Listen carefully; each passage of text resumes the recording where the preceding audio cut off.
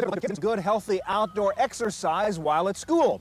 But what will these kids do for fun when they get home this afternoon? Odds are they'll go inside to play with one of these things, a Nintendo Game Boy or an NEC Turbo Express. It's hard to find a 10-year-old boy who doesn't love to play video games. Today we'll take a look at the fascination and the technology of computer games on this edition of the Computer Chronicles.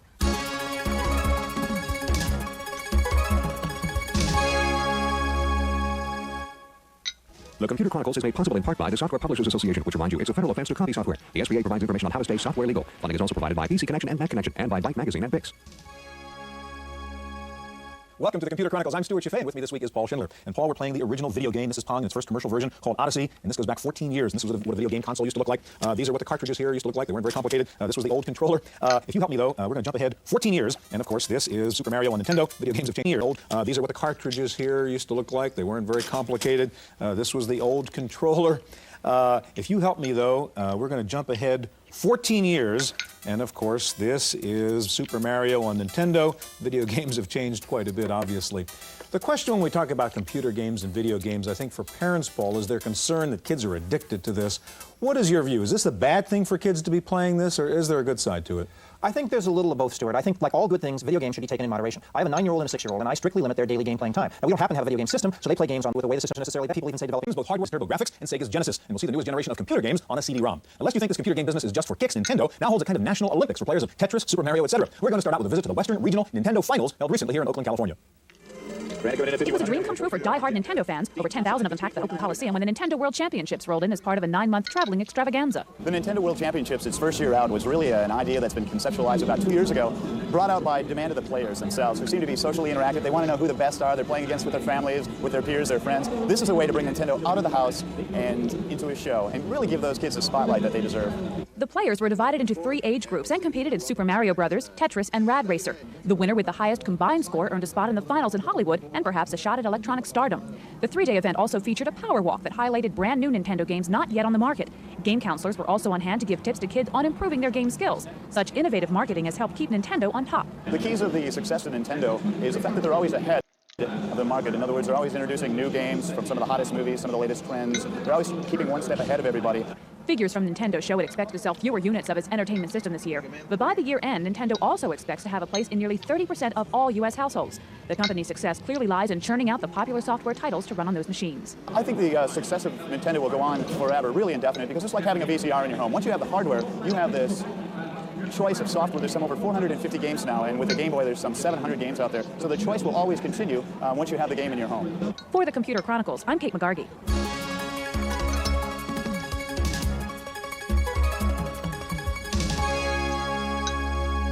Computer games can be educational, and one good example is the newest game from Maxis called Sim Earth. And here to demonstrate the game is designer Fred Haslam. Also with us to show us the latest wrinkle in game software on a CD-ROM is Dave Reardon of CinemaWare. Paul? Fred, when you're designing a game like this, how do you balance the entertainment values versus the education values? In this game, we wrote something that we wanted to write that showed a lot of the basic principles of how the planet works, and we hopefully made something that would keep people entertained in the process. All right, give us a look at Sim Earth here. Many viewers are familiar with Sim City, and I take it this is sort of the next evolution, if you will, from there. Yeah, in some ways it is. It has the same basic idea of a game without goals, a game that you can pick your own directions. Briefly, this is the planet evolving and developing from its first molten core stage. Not necessarily the planet Earth. No, not necessarily planet Earth, although that is an option, a scenario you can play. So you can basically play this game from the creation of the planet, if you will, yes, up until modern times. Exactly. Okay. Now, eventually oceans would form on that, and then life would appear. And this is the same planet a little bit later, in the middle of the evolutionary stage. And here's a representation of all the various vegetation on the planet. Here's a representation of all the animals, and we can jump in briefly over here and look at some of the different species that have evolved. And we use a pretty standard evolutionary chart. What creatures come from what. Dinosaurs come from reptiles, birds come from dinosaurs. Okay, as you move ahead, I take it at any stage, I mean, as player, you can mess around with the variables and change things and so on. Yes, you can. You can directly interact with the planet. You could, for example, drop a meteor on something. Or put in a rainforest somewhere. Yeah, I take it you deal with some of the current environmental issues here? Yes, we do. Some of them, not all of them. So when you put in a rainforest, then the planet itself and the life interact with that, and it either grows or shrinks depending on what would actually happen under those circumstances. That's right. Now, to look over here and find where the cities are located. Oh, there they are. And on this demonstration planet, it turns out people weren't the winners, is that right? Yes, that's right. The reptiles became intelligent in this one. One of the fun alternatives to try and do is to try and pick a class of animal and make that the intelligent life. Insects, for example, is a very good one to try for. Now, this planet is developed using only biosolar and hydroenergy. It has never touched fossil fuels. And I'm going to give them free rein to use that right now and show you. Guess what'll happen? And show you kind of what happens to the planet. So We're ticking off geologic time here now on a planet that just started using fossil fuels. Right, but actually we're up to the point where we're going in tenths of years.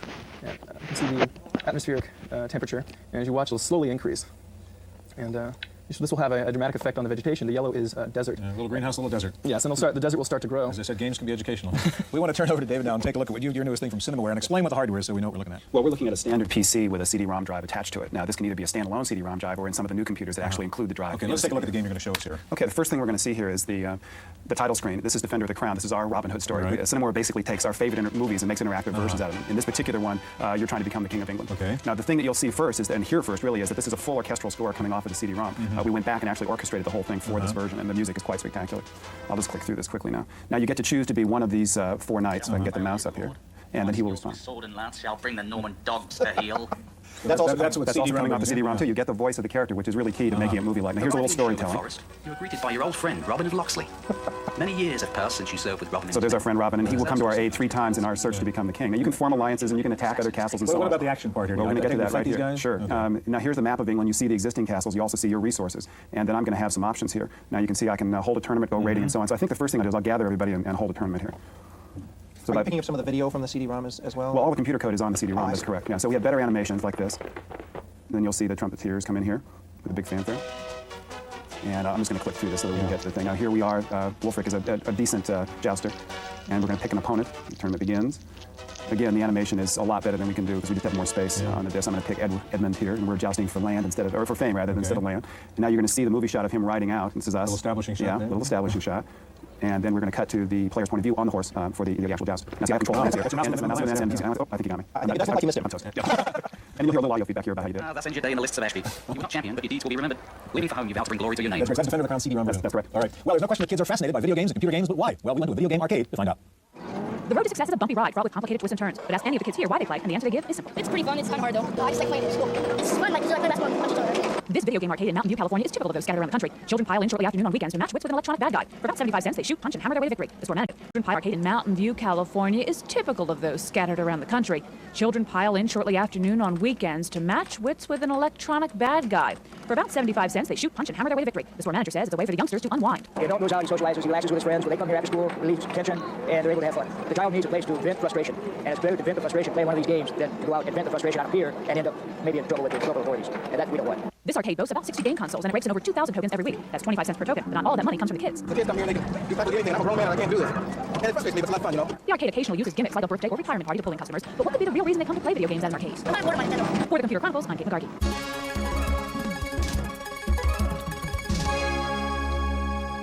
Well, Nintendo has sort of owned the video game market for the past several years, but new 16-bit game machines from NEC and Sega are challenging Nintendo. Here to show them off are Alan Wilson, Vice President with Sega of America, and also Bob Faber, Vice President with NEC Technologies. Paul? Al, help us understand the differentiation between these game systems and the same games played on PCs. What are the relative advantages of playing a game on a game system? Well, the important thing is that the game systems really are optimized. We built the graphic chips to really work well with games in terms of moving objects quickly around on the screen, really increasing the resolution of what you can do, mixing the colors, really putting them all together on a more optimized basis. So you're throwing all the processing power into doing one thing. Exactly. All right, speaking of which, you've got a couple games up there on your Genesis machine, and I guess what our viewers are interested in is how this is really better than what they've seen before. So you can sort of focus on that as you run through a couple of games. Well, the first game I have here is Michael Jackson's Moonwalker, which was actually designed by Michael himself. The important thing was really trying to make this animation-like quality, cartoon-like quality in a video game, not small moving characters. Show you what we've been able to do, and really, first of all, it's a new genre of video game, dance video games, or music video come to life. We put the quarter in, and we start off here in the video game. Does 16-bit give you more detail, faster motion, better music, all of the above? And first of all, you have real digitized voices. Michael's here is trying to save these kids who've been kidnapped. Listen to one of the girls. There she says Michael. It's an actual digitized voice in the game. Michael's moves. First of all, the characters are much, much bigger, much more highly detailed in terms of the types of things that you can go and do. Look at the backgrounds. Very, very detailed. And of course, you really recognize the personality. If you didn't tell me that was, I could recognize that. It's not hard to tell if that's Michael. But all the fun things that you can go and do. One of the things that we've done in one of our commercials is really take Michael's videos and put Michael videos together with the game to show how realistic they are. Look at this guy here taunting Michael with a pool cue. You know he's bad, he's after him. We can't do that on an 8-bit system.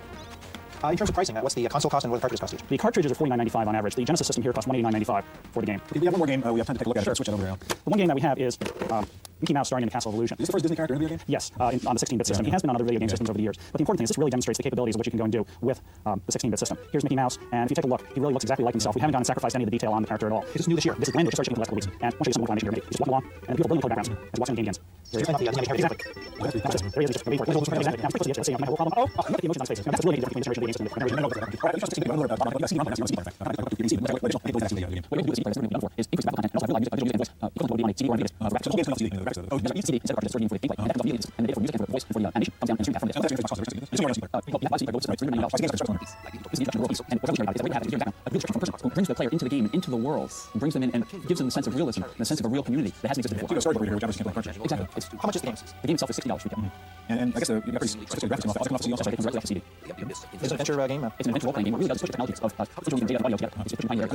Yes, 6 titles now on CD. We'll have beginning next year, 1 month or more. Well, actually, the cartridge stands CD. Just The second game called Bonk's Adventure, and it's a real hit game. It's one of the big themes of this year. Bonk is a lovable character, and the game's taking advantage of the 16-bit. Rather crude, faceless creature. We have here somebody that instincts of where the cartoon shows some face personality. That's right, he's got a real personality, so you have to get hit. He's like a big, he's a hey, dude, Okay, guys, thank you very much. Well, what is the best game system, and should you let your kids play them? Well, we'll ask an expert in just a moment, so stay with us. What is the difference, in your opinion, between the PC platform and the video game cartridge platform? Which is better? Better's a hard one to answer. It really doesn't matter what you want to play. There is some difference, and the main difference right now is in complexity of games. I think you've seen something with Sim Earth. That will be on some video game consoles eventually, but right now you tend to see more of the shooting games, action games, and some role-playing, which is starting to get very complex on the video game consoles. Differences are not so great. I think the video game console part of it, and every parent's running into that store now with the kids trying to figure, I don't know, from Nintendo and TurboGrafx and Sega and all this stuff. How does a consumer make a decision on what's the right kind of game environment to answer that? It's a hard one to answer because there's a lot of technological differences between the games, but one of the things I always tell people is look at the games themselves. If something excites you, that's probably the system you want to get, and you may have to make some choices because there will be exciting games on all The same computer start with software. The hardware exactly. Yeah. But I'd like to get to the question that Paul and I started out with at the very beginning, just concerns about the video games, almost addiction, as you know, that young kids, certainly boys, have for playing a lot of video games and computer games. Is it bad? Is it good? What should a parent do when we got a kid who just won't stop playing the games? My feeling is that the sense of addiction, which is really more of an obsession, is something that comes from environment and from a lack of communication. I really like to see parents actually talk to their children and say, what are you doing here? And you'll be amazed to find out that children will say, oh, I'm doing this and that and the other. You'll find out there's a lot of procedural thinking going on, even in action games. And the more you're interested, the less of an issue it becomes. We all know that children make issues out of things that we object to. Do you limit the gameplay of your own children? No, I've never had to. The only thing I limit is if they start to get too worked up in the game, get frustrated, I have them calm down and slow down. But as far as the other thing, I've never had to. They play outside all the time and they only play games sometimes. Quickly, last point. What about the violence in some of these games? Does that concern you? It does concern me a little bit. I see games as a platform to the future with simulations and learning, and I think we're going to have to deal with what people want. Violence seems to be part of it right now, and it's leading to much greater things. Russell, thanks very much. That's our look at video games and computer games. Stay tuned now for this week's computer news.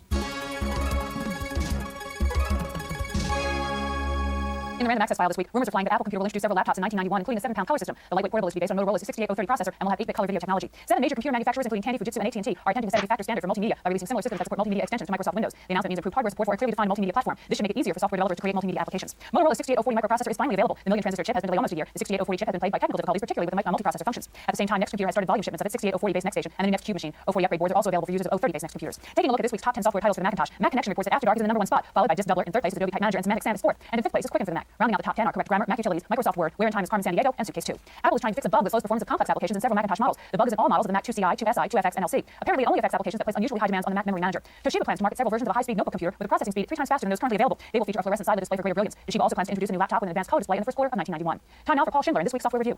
One of the most popular uses for either the PC or the Macintosh is the creation of banners. Until now, the programs that created banners were fairly simple-minded. Banner Mania has changed that decisively. The big problem has always been dreaming up ways to make a banner unique. And they've taken care of that here by automatically cycling through many of your options first in an animated opening screen. You have a choice of layouts, small over large, large over small, medium over medium. There's a variety of prepackaged color choices, or select your own, and the list of effects is seemingly endless. The program will cycle through them by itself if you wish. If the program gets close to what you want, lock down one aspect and just allow the others to change. You have the choice of a variety of fonts as well as a variety of effects within the fonts. Both the effects and the font list are so long they run off the bottom of the screen. There's also a number of ready-made banners as well. Banner Mania is $60 from Roadrunner Software in San Rafael, California, and is available for both the PC and the Mac. For the Computer Chronicles, I'm Paul Schindler. Microsoft doesn't expect to release DOS 5.0 until sometime next year, but if you can't wait that long to find out about it, pick up Benton's new book, The PC Configuration Handbook. The appendix covers key changes, including a new utility enabling most of the operating system to be loaded into the high memory area or extended memory. The book also covers installation, which appears to be an easier job than in earlier versions. And finally, have you ever thought about how much a business meeting really costs? The Institute for Better Meetings has released a software program to tell you just that while you meet. The product, called the Meeting Meter, looks like an old-time taxi meter on your PC and updates the total fare every tenth of a minute. The fare is based on the meeting participant's actual or estimated salary. A budget can be preset, activating an alarm when the meeting has run out of money. And that's it for this week's Computer Chronicles. I'm Kate McCarthy.